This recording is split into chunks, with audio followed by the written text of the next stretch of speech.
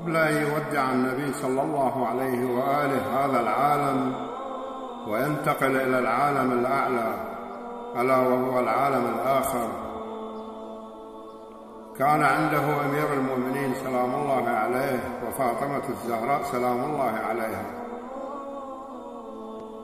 فأخذ بيد فاطمة الزهراء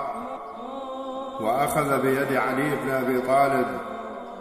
ووضع يد فاطمة الزهراء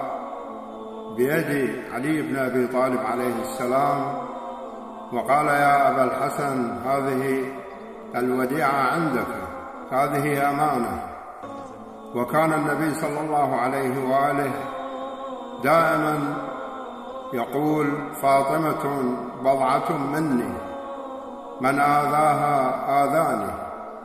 ومن آذاني آذى الله، من أسرها أسرني، ومن أسرني أسر الله. فاطمة هي روحي التي بين جنبي. كان يوصي بأهل البيت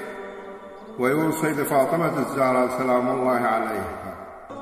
وكان دائما خصوصا الستة أشهر، على مدى 6 أشهر هو يمر على بيت فاطمة ويسلم على هذا البيت ويسلم على هذه الدار. لكن للأسف الشديد بعد استشهاد رسول الله صلى الله عليه وآله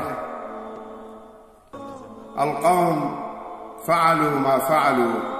بهذا البيت، ببيت فاطمة سلام الله عليها، وتتقدم بشكواها بعد استشهاد أبيها